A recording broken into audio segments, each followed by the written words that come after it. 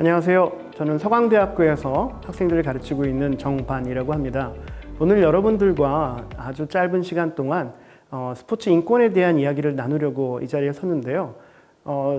오늘은 좀 색다르게 그동안에 그냥 강의식으로 여러분 이 인권은 이런 것이다, 이렇게 하면 안 된다, 이렇게 하면 잡혀간다, 이런 얘기가 아니라 오늘은 여러분들한테 조금 더 말랑말랑한 주제로 좀 여러분들이 흔히들 접하는 매체, 영화 이런 것들을 통한 스포츠 인권 이야기를 좀 다뤄보려고 해요. 그래서 오늘은 좀 딱딱한 강의실 느낌이 아니라 여러분들이 좀 의자에 좀 깊숙이 이제 좀 불량하게 앉아서 팝콘 먹으면서 영화 얘기를 좀 들었으면 좋겠다, 이런 바람으로 강의를 시작합니다. 아마도 여러분들 넷플릭스 다 보실 거고, 뭐 디즈니 플러스, 쿠팡 플레이, 저보다 훨씬 더 많은 영상들을 접하고 있을 텐데요. 저는 이제 스포츠 인권 분야를 이렇게 보다 보니까, 그리고 이제 제 전공은 스포츠 심리학이어서 영화 속에서 드러나는 여러 가지 심리적인 이야기들, 그리고 영화 속에 드러나는 인권에 대한 이야기들을 좀 주목하게 되었어요. 그래서 오늘 한 시간이 좀 되면 3개, 4개 정도의 영화를 이제 뜯어보면서 이 안에서 스포츠 인권이 어떻게 녹아 들어가 있는가에 대해서 말씀을 드리려고 합니다. 제가 스포츠 영화를 처음 접하게 된 거는 아마 얘기하기 싫은데 하여간 수십 년 전에 공포의 외인 구단이라고 하는 그런 영화가 있었습니다. 공포의 외인 구단이라는 영화는 야구 영화였는데 굉장히 아주 스파르타식의 이런 가르치는 지도자가 섬 같은 데 데려가가지고 막 극기훈련 시켜가면서 외인 구단을 만들어서 경기에 나가서 이긴다, 이런 거였는데요. 정말 배고프고 힘들던 시절에 정말 이를 악물고 죽기 살기로 해서 이겨야 된다, 이런 어떤 그런 이데올로기를 보이는 거여서 그 당시엔 되게 눈물을 흘리면서 봤는데, 지금 보면 꼭 저렇게까지 해야 되나, 이런 생각이 들고, 그런 점에서 아마 우리나라 스포츠도 지난 한 4, 50년 동안 굉장히 많이 변해왔고, 어쩌면 그냥 모든 걸 다 포기하고 희생해서 이기기만 하면 된다라고 하는 어떤 이런 정신 상태에서 지금은 최대한 즐겁고 자기의 가능성을 높이는 어떤 이런 수준에서 열심히 노력해서 내가 할 수 있는 최대치를 한번 끌어낸다, 이런 관점으로 많이 바뀐 것 같아요. 그래서 인권을 바라보는, 또 스포츠를 바라보는 사회의 시선도 굉장히 바뀌었다는 걸 느끼게 됩니다. 최근 들어서 아다시피 아마 여기 있는 분들 대부분 많이 봤을 텐데, 슬램덩크라고 일본의 애니메이션이죠. 이게 이제 리메이크 돼서 이번에 아마 박스오피스에서 굉장히 오랫동안 1위를 했던 농구입니다. 농구를 보면 거기 나오는 주인공들이 굉장히 멋있기도 하고 각자의 캐릭터가 있고 굉장히 흥미진진하게 진행이 되는데요. 이것들 안에도 보면 본의 아니게 우리나라 스포츠에서는 좀 볼 수 없었던 어떤 지도자의 모습들도 나오기도 하고, 선수들 간의 어떤 동료들의 어떤 팀플레이 같은 거 나오기도 하고, 그러면서 스포츠가 어떤 안 좋은 예를 보여주는 어떤 그런 영상물이 될 수도 있지만, 또 어떤 면에서는 스포츠가 이렇게 좋을 수도 있구나를 보여줄 수 있는 그런 영상으로서 쓰일 수 있다고 생각합니다. 그래서 슬램덩크를 한번 보시고 또 그런 생각하면 좋을 것 같고요. 오늘 본격적으로 다룰 영화는 한 4개 정도가 있는데요. 첫 번째 영화는 영화 4등이라고 하는 수영 영화입니다. 제가 여러분들이 믿지 않겠지만 나름 수영 선수였습니다. 그래서 초등학교 때 수영을 하면서 많이 울었는데요.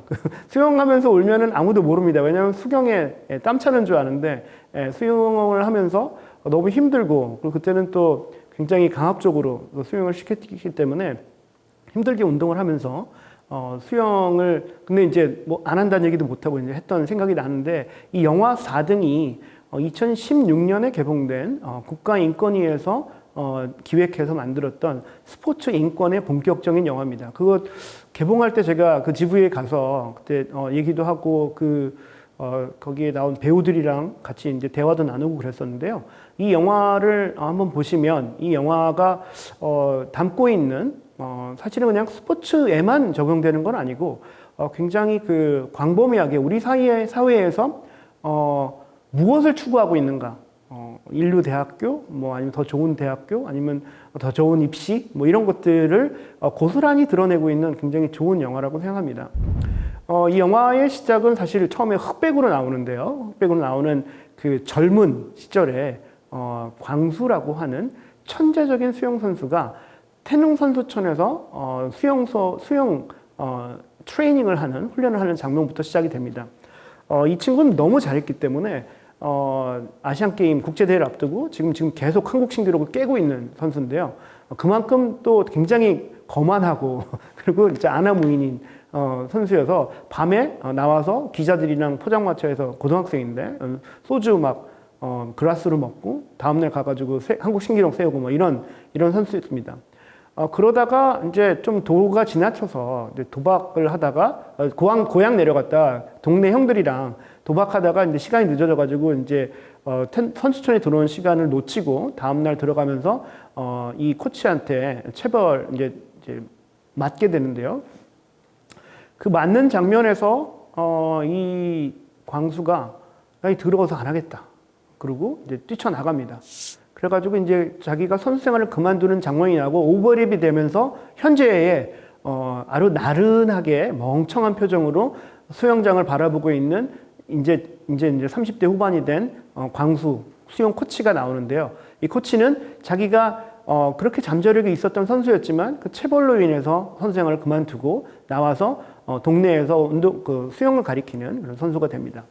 여기에 이제 등장하고 있는 준호라고 하는 초등학교 6학년의 수영 선수 아이인데 이 아이는 운동이 아니라 그 수영을 너무 좋아하는 친구예요. 수영장 가서 애들이랑 놀고 희닥거리면서 막 첨벙첨벙 대고 하고 있는 게 되게 좋은데 늘 4등을 합니다. 근데 이 영화 제목이 4등인데요. 여러분 금, 은, 동 3등까지잖아요. 4등이라는 거는 메달을 받지 못하는 등수예요. 메달을 받지 못하는 애들 중에 제일 잘해요. 불행한 거죠. 그래서 이 엄마가 그 준호의 엄마가 걱정스러운 마음에 이 광수를 찾아갑니다. 이 광수는 어떤지 모르겠지만 약간 무슨 방식으로든 아이들의 경기력을 올리는 수영 코치로 알려져 있어요. 그래서 돈 싸들고 가서 광수를 만나서 준호의 엄마가 우리 애 때려서라도 금메달 1등하게 해주세요. 4등 지긋지긋하다. 그러면서 이걸 말리는 자기 남편에게도 나는 우리 준호가 4등이라는 게 너무 무섭다. 차라리 맞고 1등 하는 게 더 좋다라고 얘기를 합니다.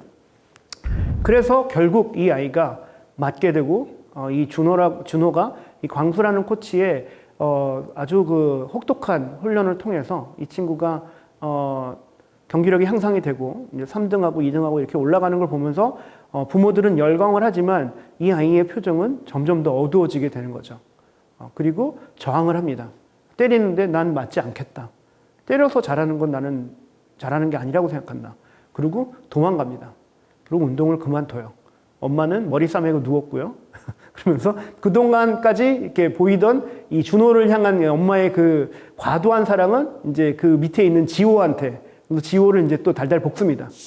근데 그게 우리나라 사회에서 학부모를 데리고 있는 보통의 엄마들이 보여주는 굉장히 전형적인 모습들을 보여주고 있고, 그 때리는 것들을 피해서 나는 안 맞겠다고 도망가는 이 준호가 결국은 마지막에 자기의 방식으로 수영대회에 나가서 혼자서 운동을 하고 1등을 하는 방식으로 끝나게 됩니다. 이걸 보면서 다양한 장면에서 우리나라 스포츠 인권의 현주소가 드러나는데요. 예를 들면 이런 거죠. 광수가 자기를 때려서 내가 운동을 그만두게 한 그 코치를 회고하면서 뭐라고 그러냐면 삐뚤어 나갈 때 때려주는 코치가 진짜 스승이다 라는 얘기를 합니다. 심지어 저는 실제 선수들을 만날 때 그런 이야기하는 선수들을 만난 적이 있습니다. 맞다가 기절했는데 그리고 자기 죽을 뻔했다 뭐 이런 얘기 하면서 그래도 교수님 저는 그때 저를 때렸던 그 선생님 욕을 못합니다. 왜? 그 선생님이 저 국가대표 만들어줬군요. 이렇게 얘기해요.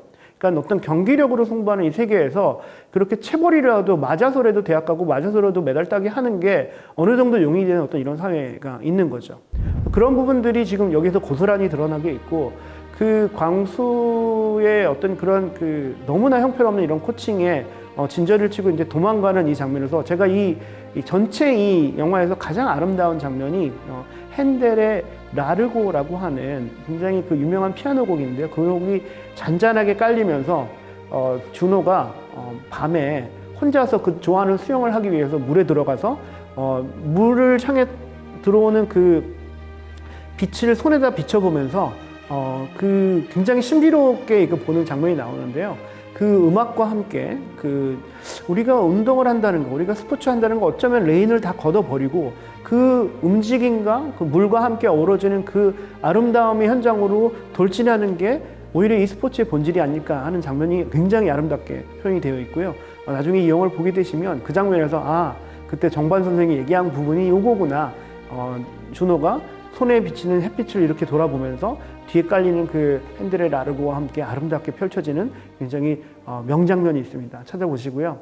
어쨌거나 이 4등을 통해서 이야기하고 싶은 것은 이 폭력이라고 하는 거, 그 광수는 폭력 때문에 운동을 그만두고 다시 폭력을 써서 자기 학생들을 지도하고, 더 무서운 거는 나중에 그 준호가 자기 동생 지호를 때리는 장면이 나오거든요. 근데 그때 그 초등학교 6학년 준호가 무슨 말을 하냐면 몇 대 맞을래? 자기가 들었던 얘기예요. 그 얘기를 자기 동생한테 몇 대 맞아요. 지호는 영문도 모르고 내가 왜 맞아야 되지? 그러고서는 그럼 5대 맞아라. 그러고 때리는 거죠. 그 장면을 보면서 이게 우리가 지금 엘리트 스포츠에서 계속 오랫동안 보아왔던 폭력의 대물림이 이렇게 진행되고 있구나라는 것들을 보게 되죠. 그래서 그 영화 4등을 여러분들이 이제 만약 만나게 된다면 이 수영이라고 하는 종목, 아까 제가 얘기했지만 번아웃이 엄청 많은 종목입니다. 왜? 아무리 소리를 쳐도 아무도 못 들어요. 제가 울면서 수영을 해도 그 목소리가 밖에 있는 어느 누구도 들을 수 없기 때문에 정말 마음이 멍드는 어떤 이런 순간들이 있는데요. 수영 정말 좋은 운동이고 평생 할 수 있는 그런 좋은 스포츠가 왜 우리나라에서는 그 4등이라는 어떤 이런 3등이라는 어떤 이런 결과에 의해서 어떤 친구는 행복할 수도 있고 어떤 친구는 굉장히 불행할 수도 있구나, 이런 것들을 보여주는 거고요. 4등을 통해서 얘기할 수 있는 여러 가지 인권의 얘기는 이제 거의 다 짚었는데요. 이런 거죠. 맷정이라고 있습니다. 맞으면서 드는 정.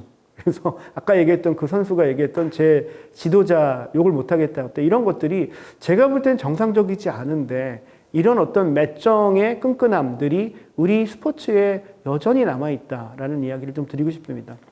자, 4등은 여기까지 얘기하고요. 그 다음에 제가 소개하고 싶은 영화는 우리는 영원히 어리지 않다라고 2022년 넷플릭스에서 제작한 다큐멘터리입니다.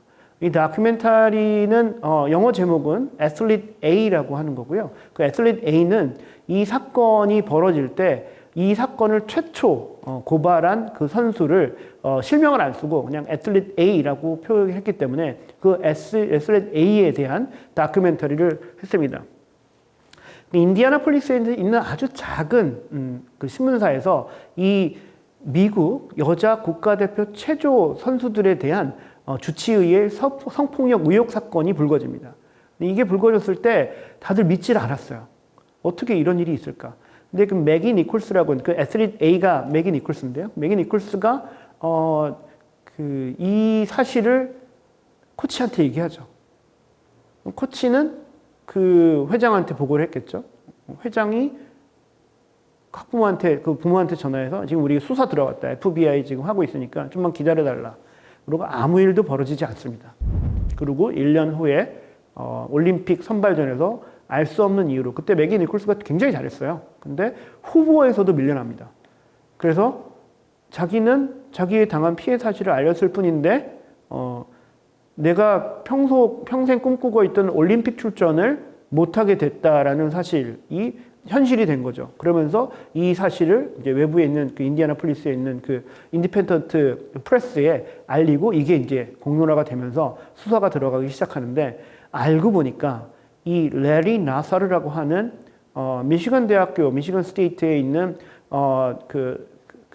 재활 치료하는 의사인데, 이 의사가 처음에는 완전히 그 발런티어로 이 내셔널 팀에 자기가 시간 들여가지고 와가지고 선수들 봐주고 이렇게 했는데, 이 선수들을 자기 프라이빗 룸에서 계속 지속적으로 이런 성폭행을 해왔다라는 게 드러나게 됩니다.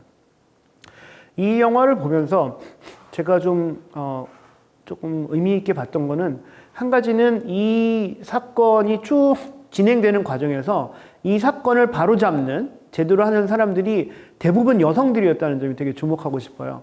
그러니까 여자 경찰이 나오고요. 그 여자 경찰이 그 레리 나사르의 집을 습격해가지고 거기에 있는 하드디스크에 있는 그런 아동 착취 그런 성 영상물 같은 거 찾아가지고 이제 그걸로 이제 기소를 하게 되는 그 엄청난 그 고비고비보다 이 사건을 끝내 하게 되는 이런 그 일들을 그 여성들이 담당했고 거기에 여자 검사 나오고 여자 기자 나오고 그리고 판사도 심지어 여성 판사였습니다.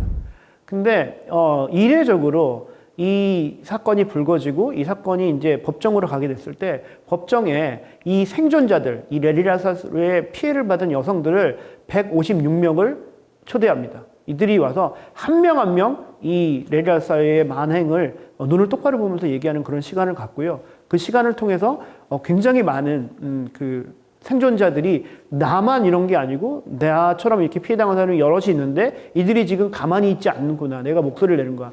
아마 여러분들 잘 아시다시피 미투라고 하는 운동이 2016년, 17년 해가지고 사실은 영화계부터 시작해가지고 굉장히 정말 들불이 막 퍼지듯이 막 아주 거세게 했는데 그 중에 한 축이 스포츠의 어떤 이런 미투가 레리 나사르 사건이 되고요. 제가 이 사건을 보면서 그런 생각을 했습니다. 그래도 여기는 이렇게 이 범인이 잡혀서 지금 175년형 받았거든요. 그러니까 이 사람이 살아서 나올 수 없겠죠. 이런 어떤 종신형을 받는 이런 것들을 보면서 그리고 이 종신을 받는 그 가해자를 쳐다보는 이 피해자들의 어떤 그런 굉장히 결연한 눈빛을 보면서 이게 완전히 회복되지는 않지만 어느 정도 정의가 이루어지고 있다는 걸 보였는데 사실 우리나라로 이걸 가져오면 과연 어느 누가 이런 사건을 벌였다고 해서 이렇게 파헤쳐져서 이것 때문에 미국 체조협회 뱅크럽트 됐거든요. 이거 손해배상 해주느라고 미국 체조협회가 망했습니다. 미시건 스테이트 망할 뻔했어요. 그러니까 이런 어떤 그 각자가 기관들이나 책임져야 될 사람들이 그 책임져야 될 일을 안 했을 때 벌어지는 그 결과에 대해서 굉장히 부럽다는 생각을 했습니다. 여기는 이게 이렇게 이루어지는구나 이런 생각을 했고요.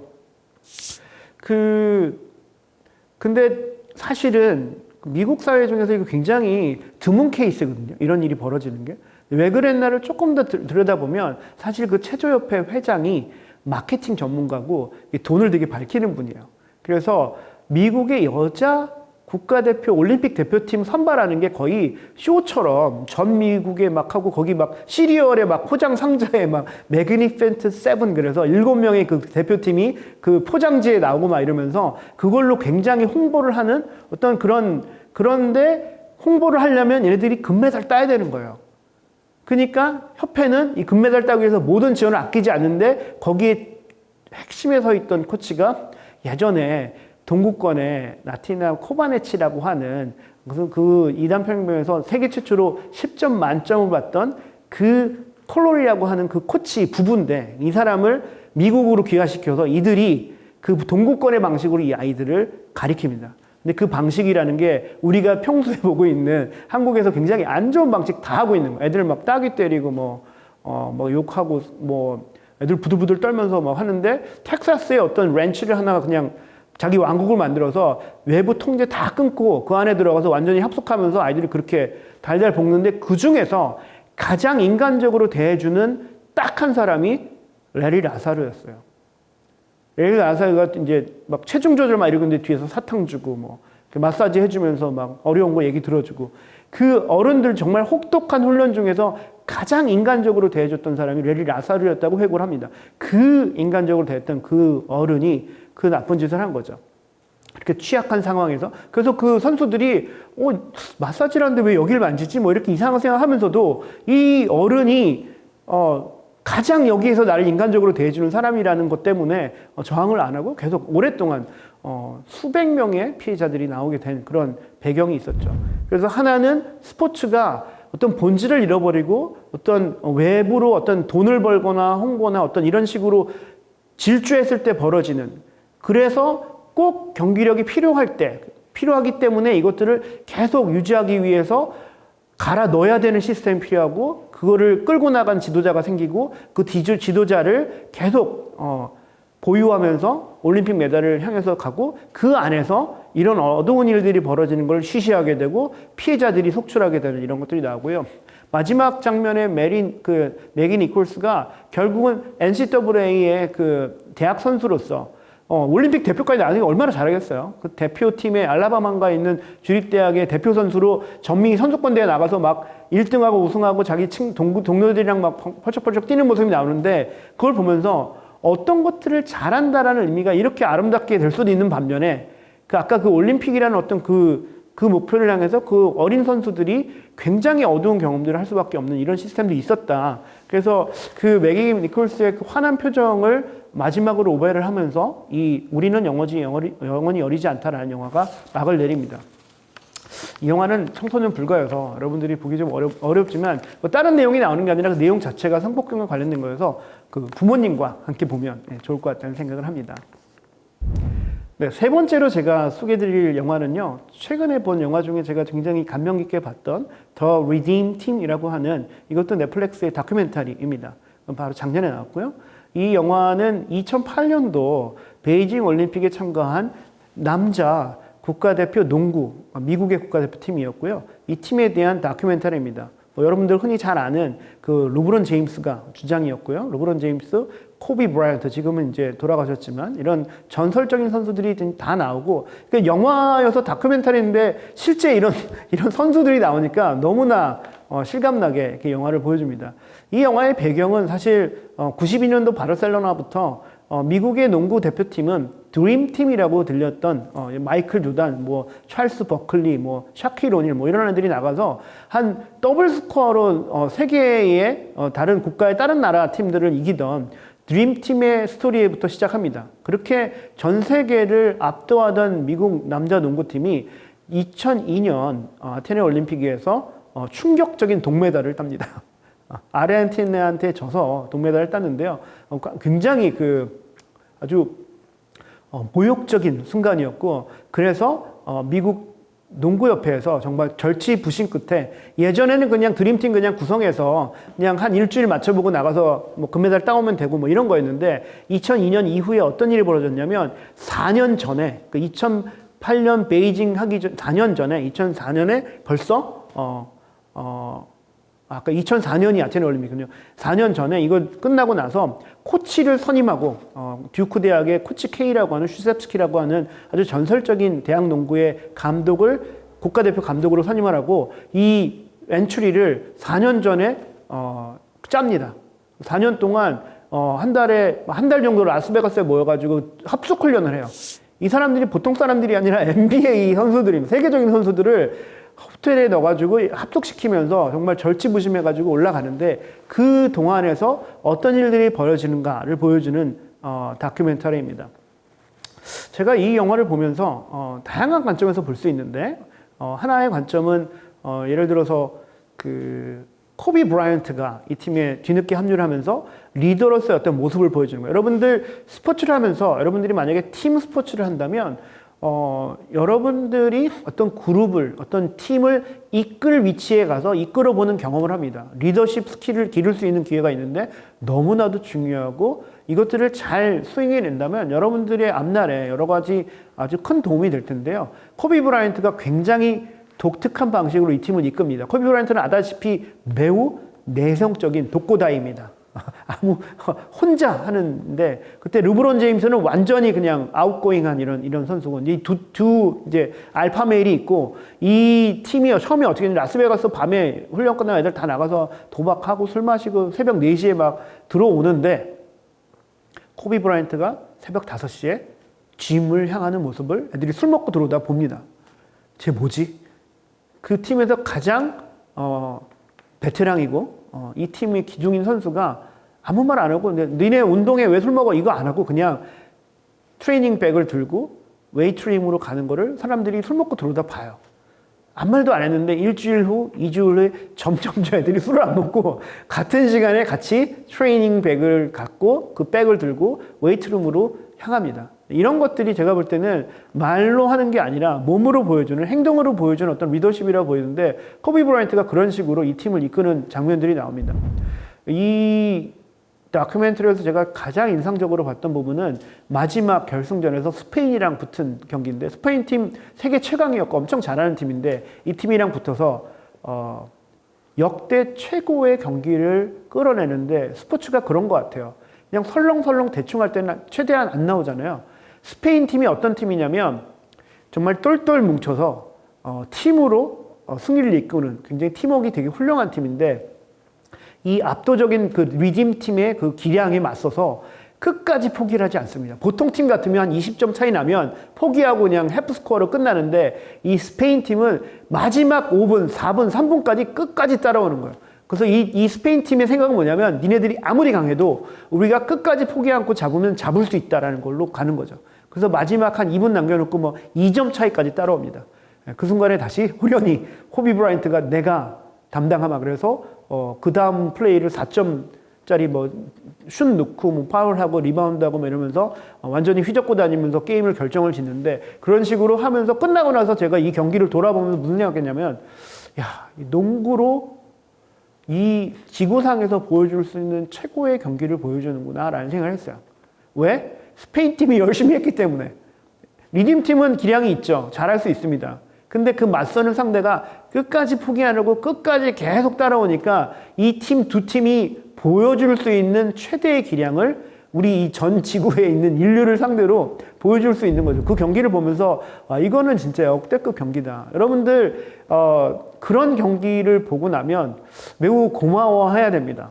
이들이 근데 이 고마워하는 게 제가 관객으로서 관중으로서 팬으로서 이 선수들한테 고마워하는 거 있지만 실은 이 경기장에 있던 선수들이 서로 고마워하는 거죠.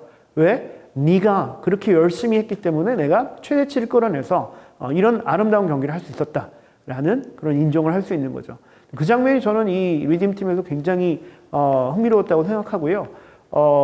그 또 보면 여러 가지 측면에서 아까 코치 K 얘기했는데 굉장히 창의적인 방식으로 이 선수들을 다 흑인 선수들이고 코치 K만 백인입니다.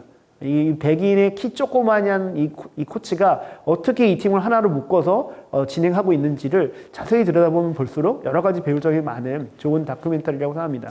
마지막 영화는 제가 짧게 소개하겠는데요. 리바운드라는 영화는 최근에 개봉이 됐고요. 아주 재기발랄한 장항준 감독이 잘 만들었습니다. 그 농구 자체도 굉장히 정말 리얼하게 잘 찍었고요. 그리고 스토리 자체가 부산의 중앙고라고 하는 정말 인원이 6명밖에 없는 이 농구부가 전국대회에 나가서 결승까지 가서 마지막에 이제 용산구한테 지긴 하는데 실화를 바탕으로 한 그런 그 영화여서 굉장히 감동이 굉장히 묵직하고 좋았습니다. 그래서 그 리바운드를 제가 사실 저희 대학원 수업할 때 친구들이랑 같이 가서 영화를 같이 보고 했는데 뭐 그런 거 있습니다. 예전 스타일의 어떤 코칭 방법들, 막 소리도 지르고 화를 내고 뭐 이런 것도 있지만 또 진심으로 좋은 선수 끌어들이기 위해서 감독이 가서 막 무릎 꿇고 울고 막 이런 장면 나오는데 이게 진짜 진짜 실화인가 뭐 이런 생각을 할 정도로 되게 비현실적인 장면도 굉장히 많이 나오는데요. 이 영화 재밌게 잘 봤는데 마지막에 좀 찜찜하게 남는 장면이 있습니다. 왜냐하면 여기에서 주인공으로 나왔던 한 선수가 있는데 이 선수는 실제로 여기 있는 5명 중에 3명인가가 이제 프로로 가고 이제 정말 보잘것없는 팀에서 프로 생활까지 하는 이런 팀인데 그 선수가 나중에 이제 뭐 음주 사건 이런 걸 연루돼 가지고 좀 안 좋게 결말이 되는 그런 게 나중에 이제 찾아보니까 나오더라고요. 그래서 그걸 보면서 정말 찬란했던 시절이 있고 영화로 만들 정도로 굉장히 드라마틱한 좋은 서사를 갖고 있는 이 스토리의 결말이 어떤 한 선수의 일탈로 인해서 그 뒤에 보면 댓글로 막 이 선수 막 욕하고 막 이런 게 나오거든요. 근데 영화를 볼 때는 몰랐지만 나중에 알고 나서 이게 어떤 운동선수로서 갖고 있던 사회적인 책무, 그러니까 거의 이제 연예인 수준의 어떤 일을 했을 때 사회적인 공분을 사는 일을 했을 때 쉽게 안 넘어가는구나 대중은. 그래서 이 영화를 굉장히 감동적으로 보고 나서 끝나고 나서 그 사실을 알았을 때 느끼는 일종의 배신감 이런 것들을 느끼면서 어쨌든 간에 운동선수를 한다는 어떤 이런 그 무게가 특히 이제 우리나라 사회에서는 굉장히 크다라고 하는 생각을 하는 그런 약간 그 후련하지 않은 약간 찜찜한 어떤 그런 여운을 주는 그런 영화였습니다. 자, 오늘 영화를 통해서 스포츠 인권을 알아보는 한 4가지 영화를 봤는데요. 아마 하나씩 이제 들여다보면서 여러분들 팝콘 먹으면서 좀 가볍게 봤으면 좋겠고요.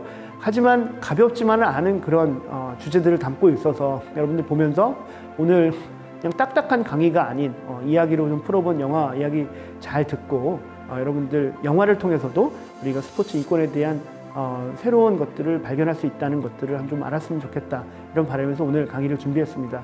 자, 고생하셨고요. 이제 오늘 강의는 여기서 마치겠습니다. 감사합니다.